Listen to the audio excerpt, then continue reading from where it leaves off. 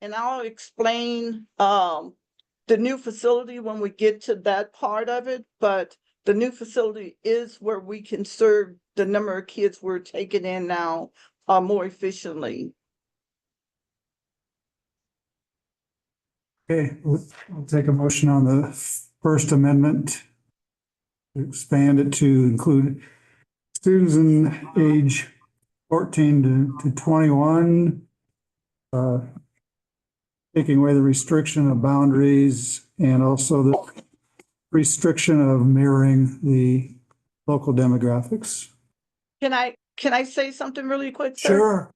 Okay, we want to take those kids ages 14 to 21, but we don't want kids coming directly out of 8th grade into Empowering Excellence. We want to see evidence that the traditional high school is not working for them, and then they come here. So it's not that they're leaving 8th grade and coming directly here without giving the traditional schools a try. Correct.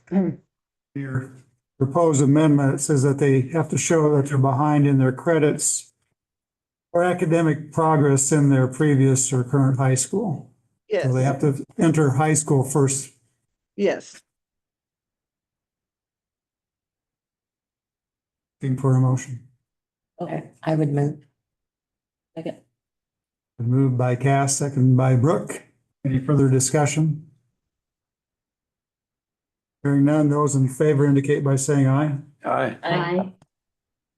Opposed, same sign. Motion's carried. For that amendment, we'll hear back next month about the waiver. Okay. Right, the second part. All right, thank you. Robin's second amendment is this actually perfect segue right into facilities. The charter school proposes to remove language that gives a specific address for their site facility and makes it more general to Empowering Excellence Charter School's primary physical location will be located in Cedar Rapids or within the Cedar Rapids metro area. This flexibility is requested to ensure the school can adapt to meet evolving needs of staff and students on an annual or ongoing basis. As leases run out, it gives them more flexibility to shift their facility. This doesn't mean we approve of the new facility. It just means that they can propose one. Is that what it says? That's We don't know a new one, right? right. It doesn't give a specific address for a new facility. But what's the purpose? That we're in advance saying it's okay. They can move wherever they want. Well, the purpose is that our current contract states that we're going to be at 1800 First Avenue Northeast. And now we are, because of our size, need to move facilities.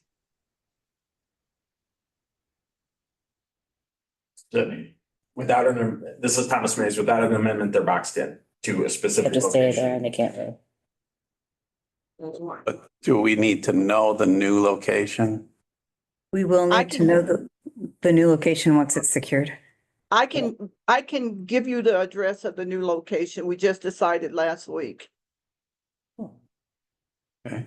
So can we just put that, Can we just add that? the amendment can change to the new location? Is Director Swayze, Thomas Mays asking a question on behalf of the staff. Okay.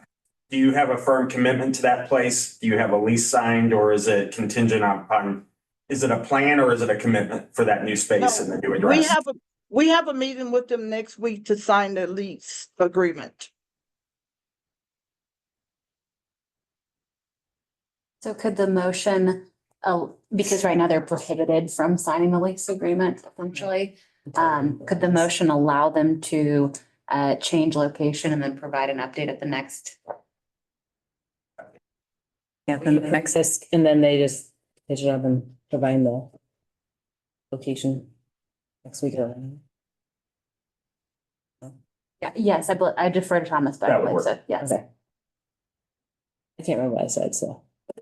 It's that time of the day. I'm about to You're say, gonna- after 5 I o'clock. think my you're mind's going to mush. make a motion to approve the amendment with the stipulation that a That a fixed student is saying location no. is Yeah. provided with in a reasonable time frame. Yeah. Yeah, okay, there you go. Perfect. Is there a second to Brooks' motion? So that was mine. I'll second Brooks. Yeah. Excellent motion. Okay, the motion's been moved and seconded. All right. Any further discussion? Hearing none, all in favor, indicate by saying aye. Aye. Aye. Opposed, same sign. Motion carried. All right, one more amendment. Thank you. Final amendment is regarding food services. The original contract language did discuss participation in the National School Lunch and Breakfast programs. Empowering Excellence wishes to amend their contract to not participate in the National School Lunch and Breakfast program for the reasons of low student participation, financial constraints, facility limitations, and allow them more flexibility and focus on their academic programming. So Sarah, what kind of participation did you have or do you have? Right now, there may be, on the average, 20 students that eat lunch every day. And, we have a contract, we're working with a local vendor here that brings those meals in. But, in addition to that, the staff that it takes to meet all the qualifications of the National Lunch Program, we just don't have that staff and can't afford that staff right now. So it's estimated about 15 to 20 participate on a daily basis. What about the kids who would qualify for free and reduced lunch? Are they just out then? Yeah, most of them just, typical with a school lunch, they don't want a school lunch. They just want to go home or go downstairs to the vendor down there and try to buy food or bring their own food. So that's what's going on. Buy food free of charge. Yeah, so right now, we don't charge students for the meals that we are preparing for them, that we provide to them. No. And that will continue. So we're not gonna stop that. We're just asking to not try to join the school lunch program, the National School Lunch Program right now. But you're planning on continuing providing them a free lunch? Yes. So is it because of the low participation rates, is it more effective from the charter's perspective to pay for the vendor provided meals and participate in SLP and the related school meal programs? Yeah, it's more effective for us to just participate with a vendor than to try to go through the school lunch program.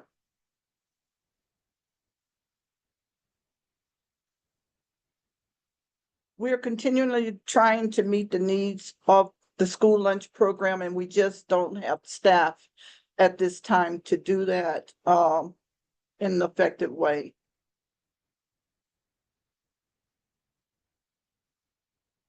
So can we move to approve of the amendment subject to the charter continuing to provide lunch through a vendor? Is that what we're being asked to do?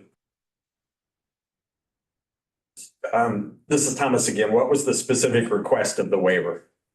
Empowering Excellence Charter School wishes to waive participation in the National School Lunch and Breakfast Program for several reasons, which includes but not limited to the reasons that I listed. So the actual language would stop at I think it would just be removed from their contract. So amendments are bargained for exchanges.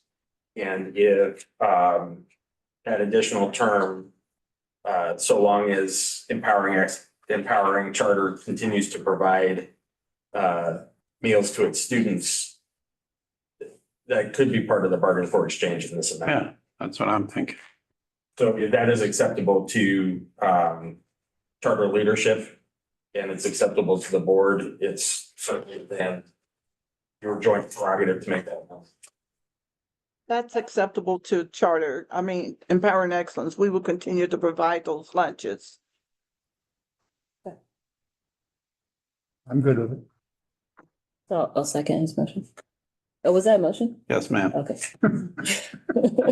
I think, yeah, What he said. It's been moved by Brian to approve the proposed amendments with the stipulation that the charter continues to provide lunch via a third-party vendor. correct. And Brooke seconded that motion. Did. Any further discussion? Hearing none, those in favor indicate by saying aye. Aye. Aye. Opposed, same sign. Motion carried. Thanks, Sarah. Thank you so much. I appreciate Thank you. it. Thank you. Bye, Sarah. Thank you. Bye. I think that's it. You guys want to hang around, just talk for a while? Sure. Oh, we're adjourned.